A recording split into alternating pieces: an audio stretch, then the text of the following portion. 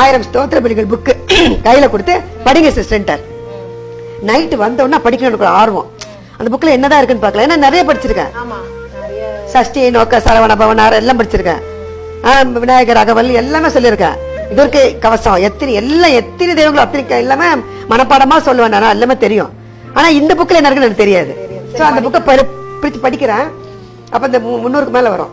எங்களுக்காக பரிகசிக்கப்பட்ட ஸ்தோத்திரம், ஜனங்களால் அவமதிக்கப்பட்ட ஸ்தோத்திரம், அக்கிரமக்காரர்கள் ஒருவராக எண்ணப்பட்ட ஸ்தோத்திரம். நம்ம தான் அக்கிரமக்காரர், அவரு அக்கிரமக்காரர் எண்ணப்பட்டாராம். அப்பதான் எனக்கு அப்படியே அழுக வருது பாருங்க. அப்போ இந்த உலக மக்களுக்காக சிலுவையில மறிச்ச ஒரு தெய்வம் இருக்கா. இந்த தெய்வத்தை இத்தனை வருஷமா நான் தெரிஞ்சுக்காம போட்டேன் அப்படின்னு அன்னைக்கு தூக்கி போட்டேன் சிஸ்டர். எல்லாத்தையுமே எனக்கு இந்த இயேசு ஒருத்தர் போதும் அப்படின்னு அன்னைக்கு ஆண்டவர் நான் ஏத்துக்க ஆரம்பிச்சேன். நானே தான் ஆண்டவர் உள்ளத்துல கொடுத்த அந்த வாஞ்சையின்படி உண்மையாய் தம்மை நோக்கி கூப்பிட யாவருக்கும் அவர் சமீபமா இருக்கிறாராம். சோ அன்னைக்கு அவரை ஏத்துக்க ஆரம்பிச்சேன். இந்த 12வது வருஷம் போயிட்டு இருக்கு சிஸ்டர். ஆண்டவருக்குள்ள வாழ்ந்துகிட்டு இருக்கேன்.